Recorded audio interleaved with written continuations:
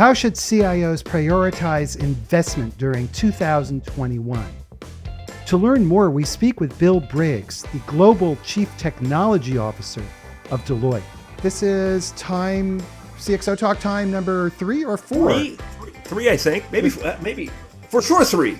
Okay, for sure. Who knows, Michael? I told you, if we get to 5, I expect the 5 Timers Club, like Saturday Night Live, some kind of a special celebration. But it's great to be here. Well, if we get to 5, then that will hopefully mean that we're out of this pandemic and maybe we can get together and have a cup of coffee or a beer or something like that. Amen. In fact, the last time we spoke was March of last year, and it was right before my last flight. So I went from a different city every day to within this 10 feet of my office in the last since March. So anyway. Well, Bill, tell us about the Tech Trends report with emphasis on the implications or the impacts on chief information officers. So it's the 12th year we've done our Tech Trends research, and we've always said, let's take a 18 to 24 month view. So it's pragmatic in its prognostication. So things you can look at and real examples of real organizations around the globe harnessing the technologies. So the mission started with the CIO, the tech executive, just to help navigate through the chaotic, how much is happening, how much is changing, and help shortlist the things that really matter. And you should take a look at. Doesn't mean you always should invest. I mean, every organization is a different place, but at least have a deliberate response, right? Doing nothing can be strategic if it's intentionally undertaken. So, that as a tool to help a CIO have a different kind of discussion, spawn new investments, it continues to be really useful. In the last several years, especially this year, the elevation of technology in the C-suite, in the board, has made it so it's equally important to help arm the business, quote unquote, right, the rest of the leadership team, to be savvier in technology. So use Tech Trends as a bit of a guidepost of, hey, what questions should we be asking? Maybe more optimistically, what ambition should we be trying to spark? And what's great is in this year, even as the world turned upside down, it hasn't dampened the enthusiasm to say we need to invest for growth, we need to invest for innovation. And it's also, in a way, ended the debate of whether or not technology really does belong in that top strategic frame. Absolutely emphasize, underline, there's no question now. When should we invest? How should we invest? What has your research taught you? The agility a lot of organizations were able to show when they had to, including Deloitte's own. We went from 300,000 people working at client sites, working at delivery centers, working from offices, to 100% being remote, virtual over the course of 7 days. And our CIO, as we tried to give him accolades for the heroics, what was great is, partially him saying, listen, this was all the investments I've been making and fighting for over the years paying off, right? So it wasn't like in the week we miraculously were able to pull this off, but also the pace of our ability to go and stand up, the small business loans and the payroll protection that went from policy to funding, and we had to have it within weeks for banks to help them process it.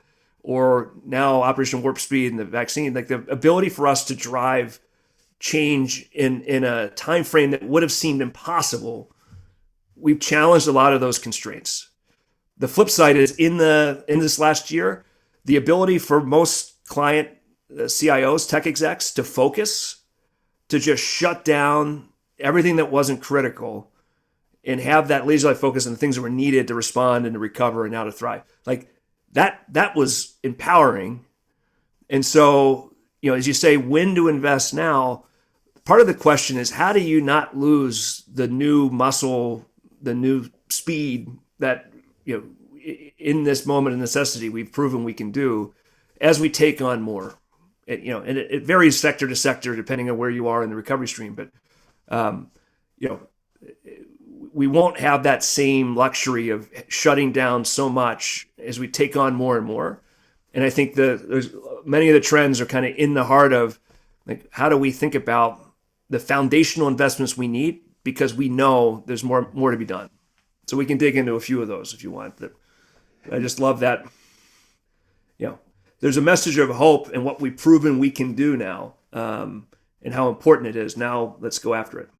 How can CIOs invest for innovation? If we look historically, the amount of money that CIOs invest in innovation versus, can we say, maintaining the status quo, Yeah, and one of the trends is, and we'll start last in, first out on, core revival is its own trend, which if you think a tech trends report has to be a parade of shiny objects, you might say, wow, that's an interesting place to start. But this idea of we have to get out of the feeling of the sword of Damocles hanging over us with our core systems, that we can't do the things we need to do to innovate and grow, and the ability to elevate that into a very business, very strategic conversation, including how do we think about funding it differently. So the relationship of the CIO and the CFO on, hey, how do we make the necessary foundational investments, and make sure we've got a portfolio lens and investing in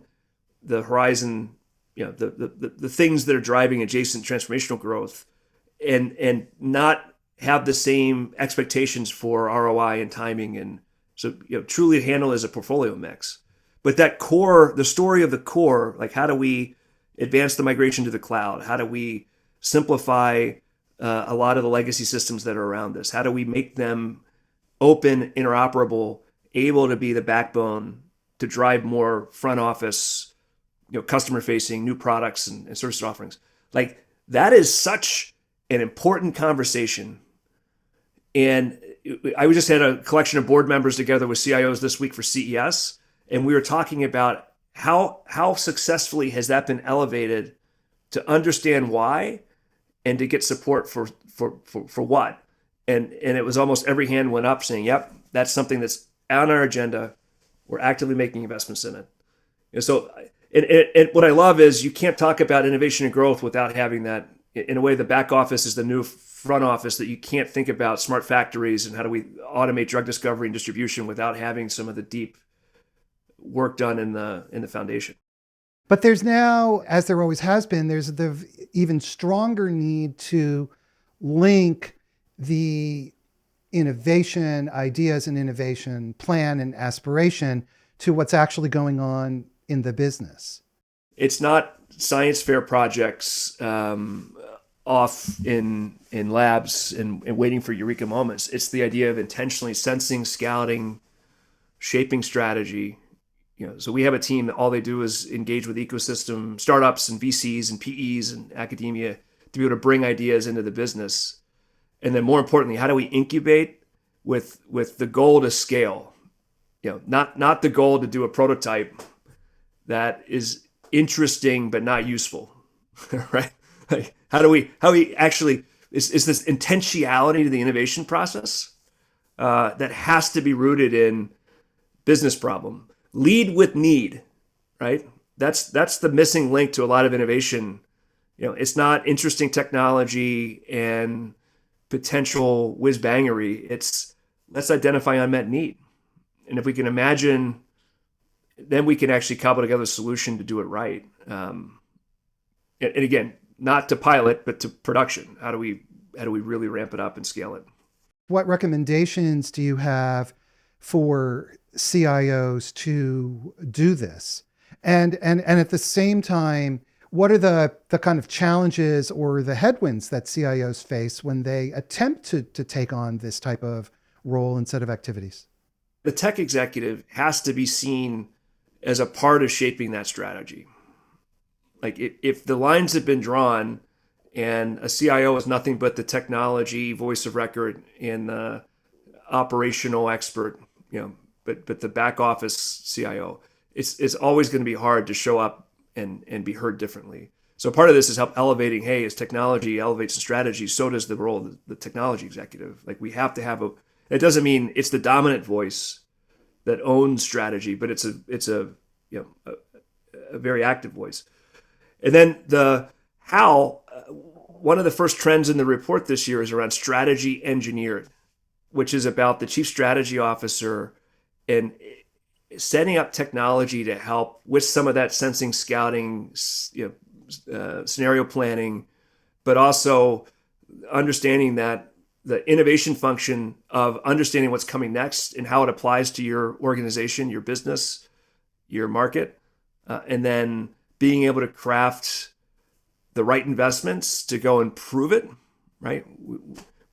We don't need PowerPoints and perspectives. Like, we need assets and progress. So progress over process, but in that there's an untapped need. And last year we had a trend that talked about the relationship with the CFO and the CIO and how that's changing, and thinking about funding and allocation and scheduling and that portfolio return. I think this with the CSO is a really important way just to formalize the new normal of the technology voice has to be an important part of shaping the strategy and future of your organization. Bill, in order to accomplish these types of goals, don't you need to have the right people in place as well as the right organizational environment? Because you're really talking about, in a way, the cutting edge of innovation for the CIO role. I would say to a person, it was some combination of team and culture, and how do we continue to navigate through this time we're in and whatever the new normal looks like. So there's actually 3 trends in the report that hit different dimensions of this that I think come together beautifully. There's one around the digital workforce and rebooting the digital workforce, which is how do we think about how people are engaging now, especially with deep technologists? How do we understand the flexibility that is suddenly unlocked? How do we tap into that? The ability to actually understand at a very personal level, how you work, what motivates you, spur some of the things that we're used to in a physical setting as far as connectivity. And there's a ton of interesting technology behind the scenes. But then it also is about what's the culture of embedding technology, from education, tech savvy, tech fluency across the teams to the deep, how do we actually help our people learn new technology deeply, like machine learning and neural nets and up to quantum computing. So that one's really interesting. And it's really about the individual. Then there's another that's bespoke for billions, which you kind of have to decode what that title means, but it's about the physical and the digital with a heavy emphasis on work and workplace, and how the new configuration is going to still have face-to-face as a really important element. But instead of it being all of my workforce all the time in headquarters, is thinking about, well, what other type of space interaction do we want to be able to cultivate? And then you put it out into retailers and banks, and it has a client lens too of how do we really think about, and it's likely going to have more of an emphasis on deep collaboration versus individual work zone. And so those two come together, and I think it could be interesting if that becomes, we say there's a war on talent, but what are the trenches that those wars being fought on? How much we embrace this dynamic and how much we create the infrastructure, which is the physical infrastructure, it's the technology tools, it's the incentive talent model structures, all those that come together. What used to be a stock fridge full of craft beer and food suddenly might become the flexibility to work wherever you can, with the places that you come together with being something completely unique and different. And then the third one, which is near to my heart, is the DEI and how do we actually create tools and programs to make progress on something that people respect. It's fantastic. It's such a part of the dialogue. But then how do you take that ambition and translate it into actionable plans of progress? That's the third flavor. And I think those will come together to define the workforce of the future. Simone Jo Moore on LinkedIn makes the comment that even in an agile organization, she says there's effort and deep work required. And sometimes it seems that organizations don't understand this, and their attempts at agility are really just on the surface. agility is the goal is a fantastic thing. Either sometimes it's, that's the rallying cry without real change that happens, that is common, or in over-indexing onto a specific dogma, capital A agile in the manifesto and what that needs to look like. The way I measure it is, how do teams come together and how are they working beyond the boundaries, the walls, the silos of their, if I walk into a Scrum team and I ask who's from the business and who's from IT, and they look at me like you just spoke nonsense, that's a good sign. The other thing is people get over enamored with the tools themselves to drive collaboration, and there's plus and minuses of all the different collaboration, productivity, engagement tools out there. None of them, to me, this is literally about culture, about talent model, incentive paths.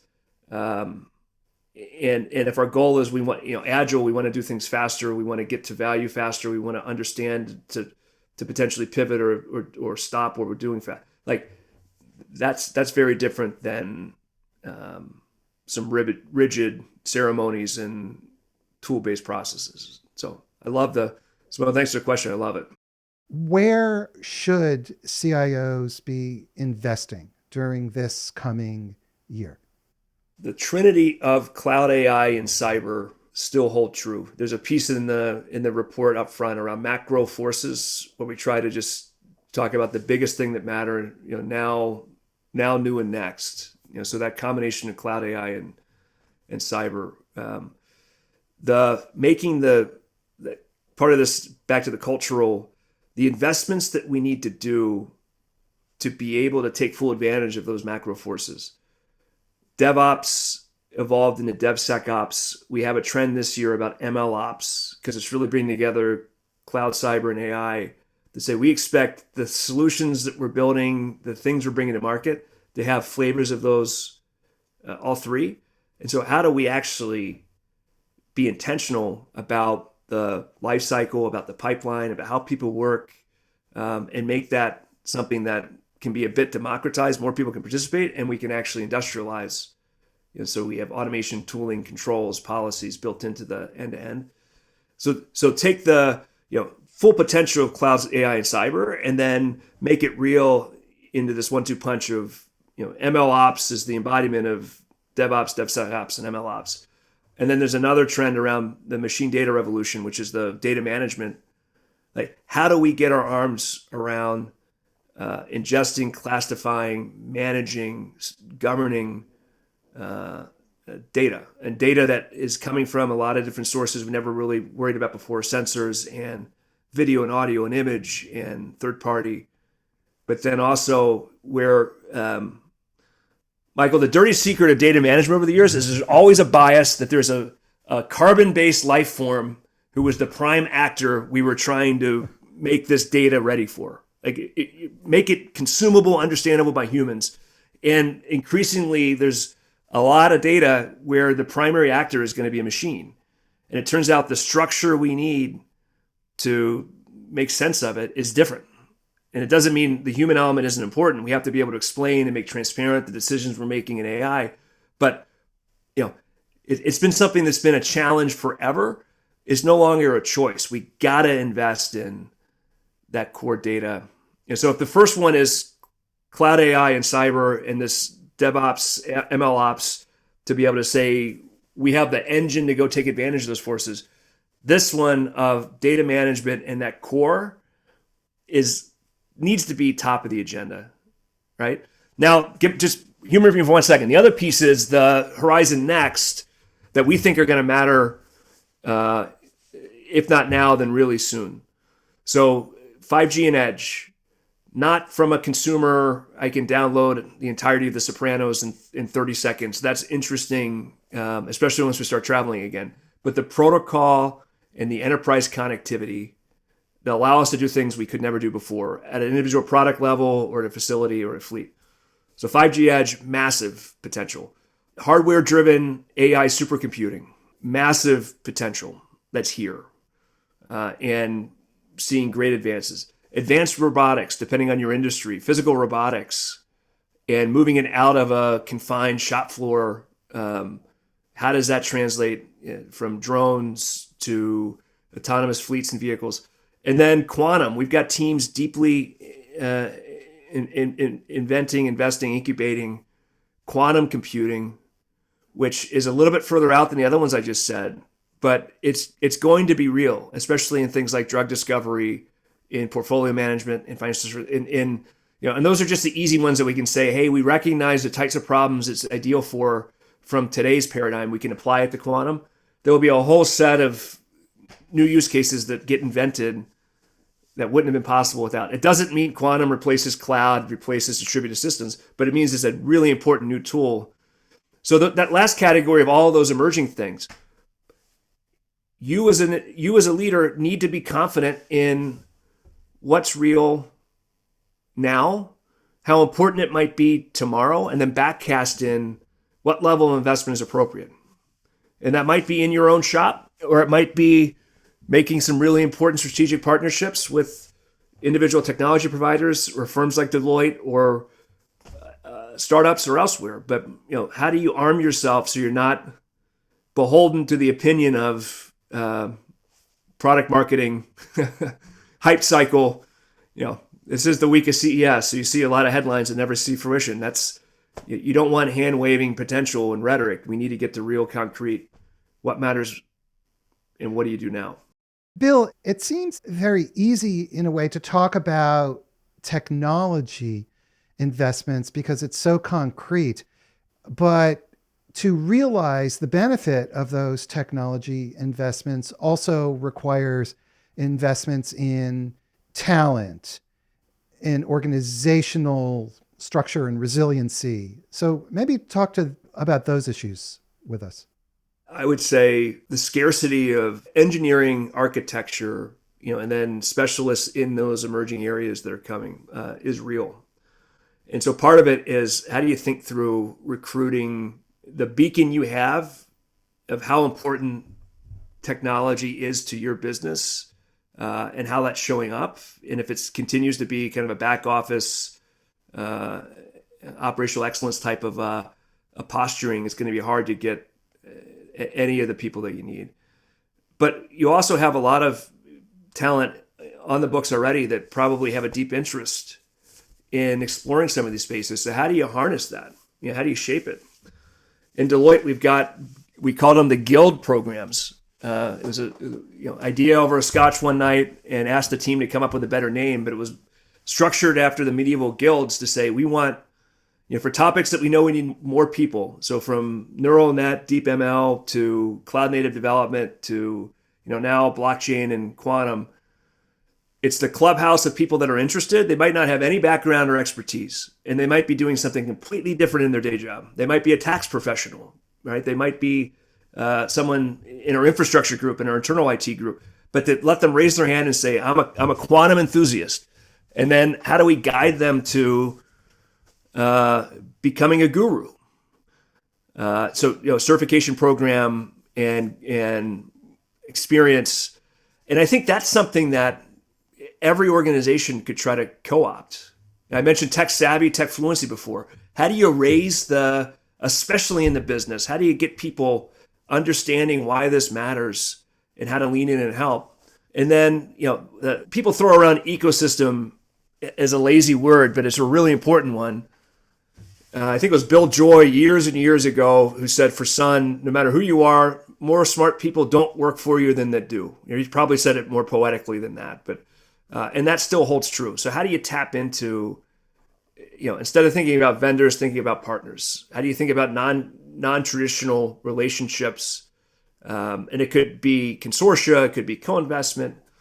You need to tap different, and then once you're thinking about it, like in Deloitte, it used to be a behavioral interview and a case interview, and only certain schools with this GPA, with these majors.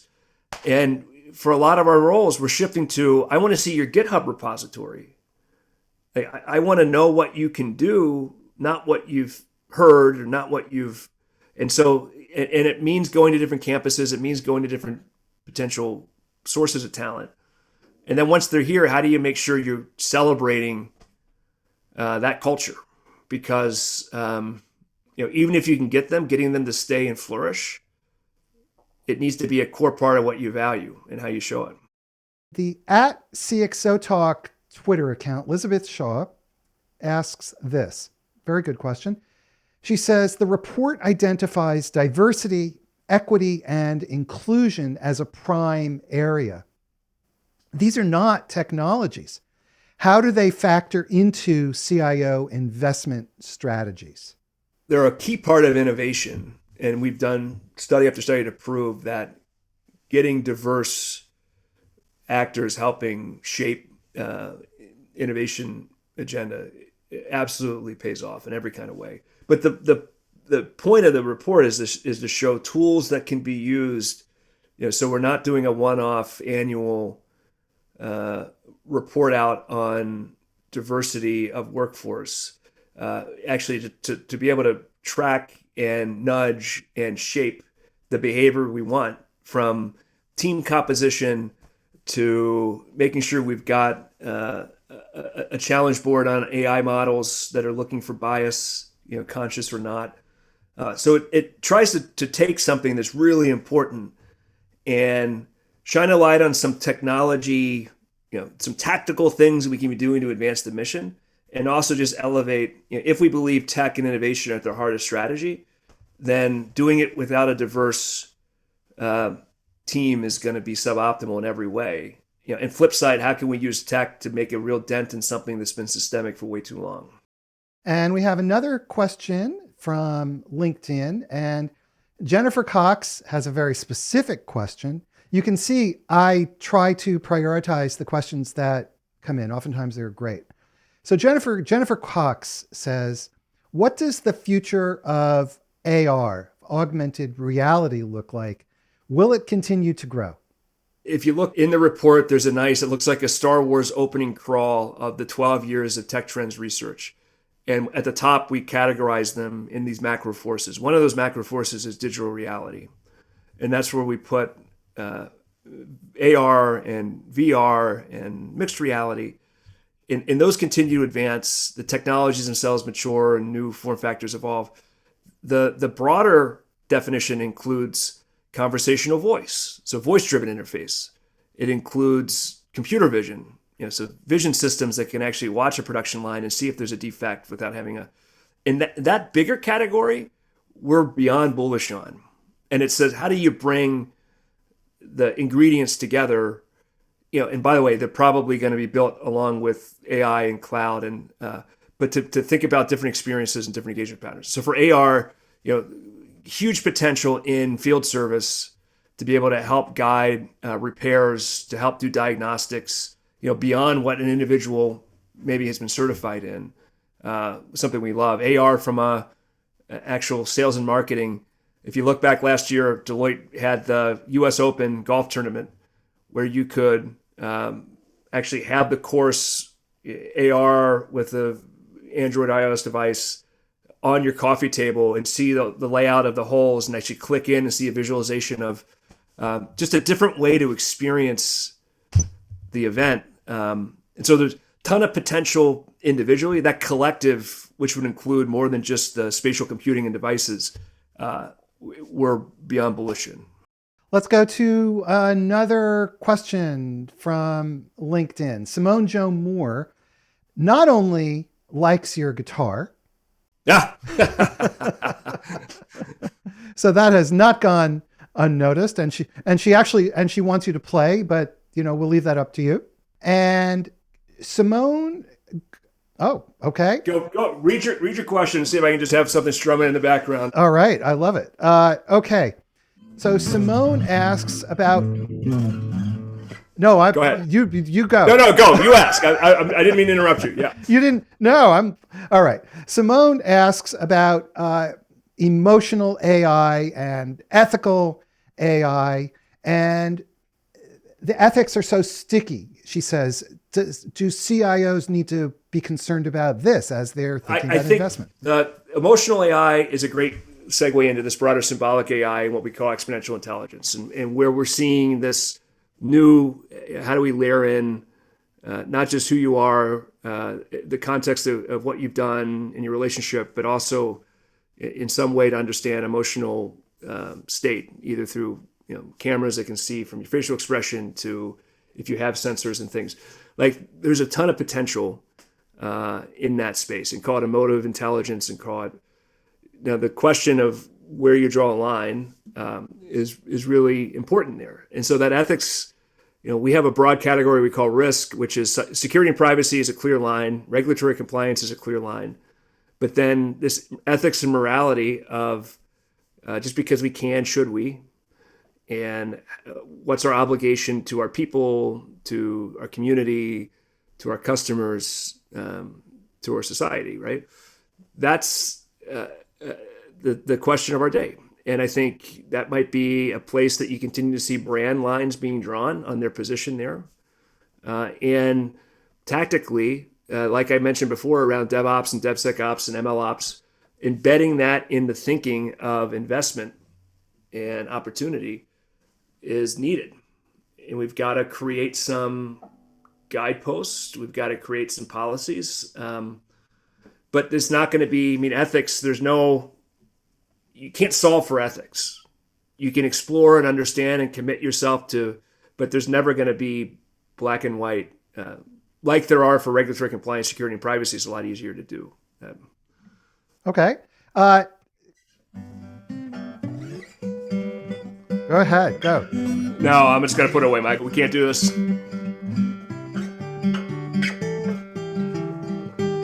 Okay.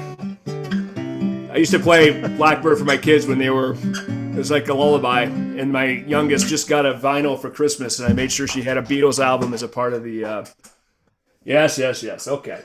All right. The role of the CIO in terms of customer experience. Any thoughts about that?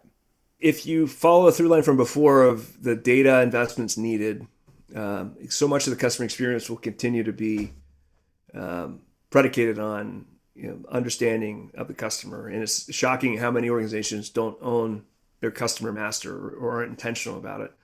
So I think this idea of how do you help, as we're thinking about data, importantly from a product service offering customer lens, have that in the fore, and then help understand those unmet needs. I think that the biggest challenge with a lot of technology investments is we start with the institutional inertia of how we've always done something. And then we say, how do we take technology and make that better? But the same fundamental thinking applies. And so, RPA continues to be a great source of investment. But if you take a inefficient process and you put a bot on it, you've weaponized inefficiency in a way. So the real opportunity is to say, hey, look, let's take the combination of computer vision and AR, VR, MR, and personalized dynamic experiences powered by AI, and then think about what new hospital or doctor experience would look like. Fundamentally different than today. We wouldn't go and replicate the same set of things. We could do them completely differently. In fact, we're seeing it happen, right? With remote medicine taking off this last year. But you have to challenge yourself to say, okay, here's all the ingredients. And maybe this is the kicker for the Tech Trends report. They're all ingredients that we can use to either cook the stuff we've always done a different way or come up with entirely new recipes that are going to surprise and delight customers and or meet new needs that are unmet and or reinvent how business models, industries, how work gets done. And, I'm not, Deloitte's not, our team's not that interested in the former. There's some value to be had, but there's a pretty low ceiling on the value you can have in that. It's how do we really, it sounds cliche, but how do we transform, fill in the blank? Okay. Government, supply chains, finance, what digital business models mean to traditional companies. So anyway. Well, we have another question from LinkedIn on this topic from Marguerite Johnson.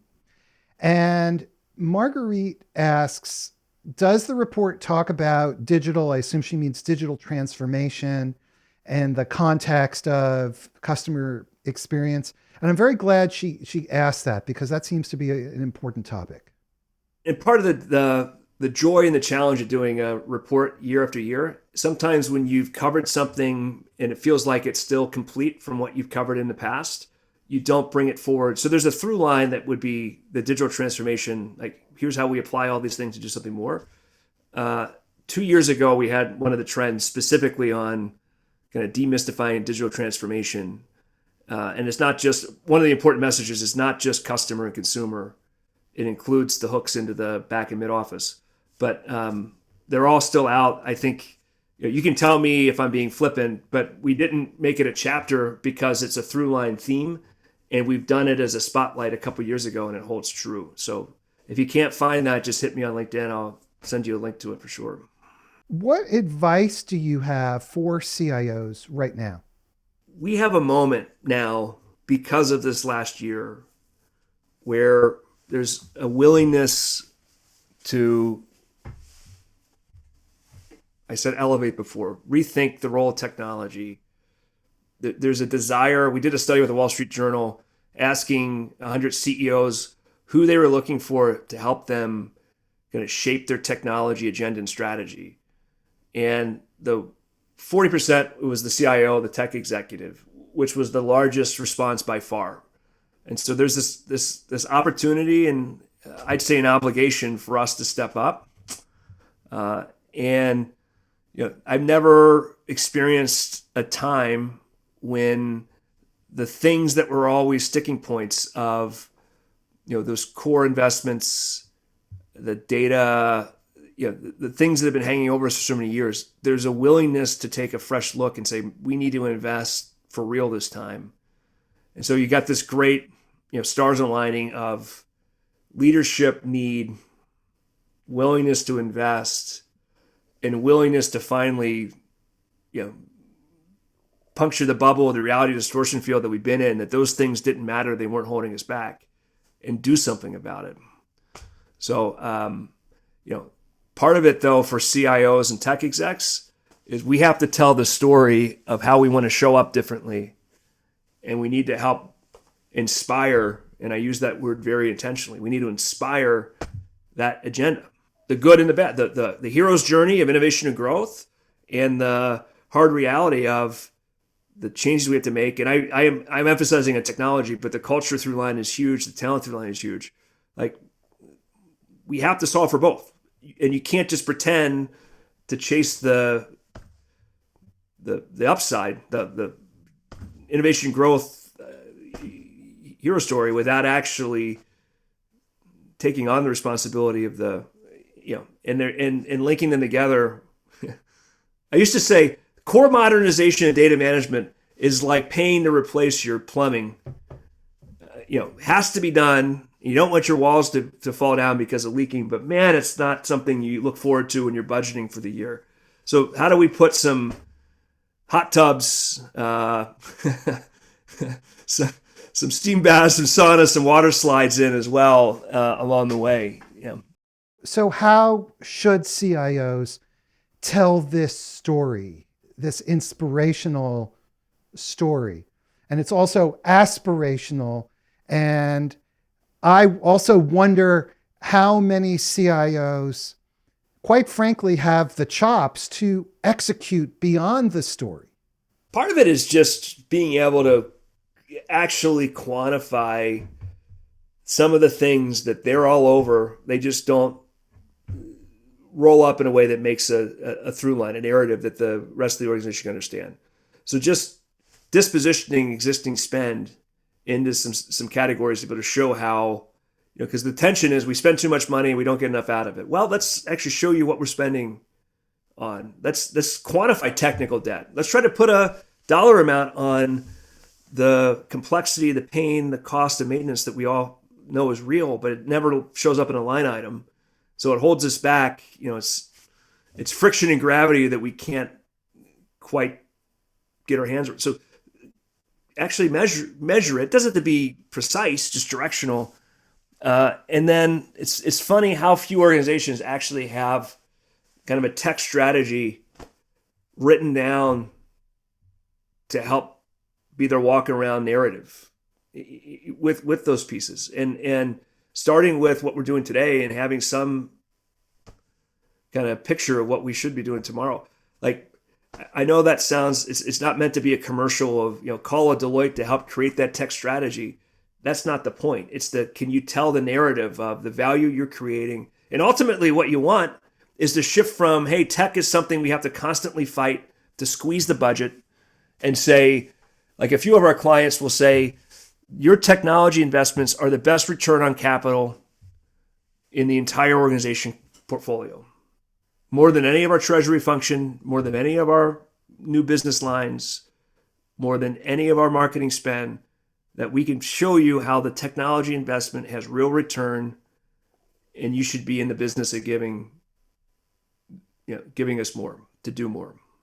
Arsalan Khan on Twitter makes the comment that when technology is implemented well, it's scary for the status quo, but that's a good thing from an innovation standpoint. I used to say AI, the definition of AI is whatever we can't imagine computers doing, and it evolves every day. And you're right. Technology seems like, magic but I'd switch out the allowing us to do things fundamentally differently and reinventing from the scary bit of, and what do I do now? Where does the carbon-based life form fit in this silicon-based normal? And one of the emphasis we have is the age of width, not WIDTH, but WITH, right? And it's this idea of augmenting, shifting work from rote repetitive tasks that nobody wants to do, into something much different. And I think that's another obligation. Go back to ethics and morality. How do we think about our people and their future purpose, passion, mission, employability across? The best organizations are making dramatic investments in technology, and they're giving a path for their people to be a part of that journey. What does some of these things really have to do with the CIO? The CIO should be a voice of this entire conversation. And I think the question of, is it as a champion? Is it as a strategist? Is the CIO, is she showing up as an architect of them? It might differ depending on the topic, the mixing board we're talking through here. But if you want to see technology, like the trends be individual piece part technologies, that macro tech forces view is a good one, and we've got different lenses that just track. I think what you see is these topics are more of a abstraction and derivative of the individual tech advances, to say, how do we harness them collectively? And the CIO needs to be one. Again, it's not the sole owner of that agenda, but they should be looked at as the leader that they are. They are the technology leader of the organization. And how do you show up and represent? Just a final thought on it, Michael. The other piece is, I know we covered a lot of ground, and none of my clients are taking on all of this at once. So, these are all places that potentially could be ripe for opportunity. My favorite quote of all time is Lorne Michaels from Saturday Night Live, the producer of Saturday Night Live. And it's, we don't go on because we're ready. We go on because it's 11:30, right? Live from New York, it's Saturday night. If we've got a script, if we've got a set, if we've got a host, we're going. And what COVID's given us is a bit of urgency to that focus bit. Like, we've seen so much get done. And so how do we create that kind of impetus going forward? Second favorite quote is Duke Ellington. I don't need time, I need deadlines. And you can maybe imagine I might be a bit of a tyrant to work for sometimes, because it's let's make bold ambitions and go after them. We can plot, we can roadmap, we can plan, we can strategize. Ultimately, until you actually, it's all potential energy until you actually do something. So let's go. Bill Briggs, thank you so much for taking time to be with us today. Thanks, Michael. Great to be here. Everybody, We've been talking with Bill Briggs. He's the Global Chief Technology Officer of Deloitte. You can find the Tech Trends 2021 report. We'll put a link on the CXOTalk site or just search for it. We have great shows coming up. Before you go, subscribe to our YouTube channel and tell your friends, and hit the subscribe button at the top of the CXOTalk website so you can get our really good newsletter. Thanks a lot, everybody. I hope you have a great day, and check out CXOTalk.com, and we'll see you next week. Bye-bye.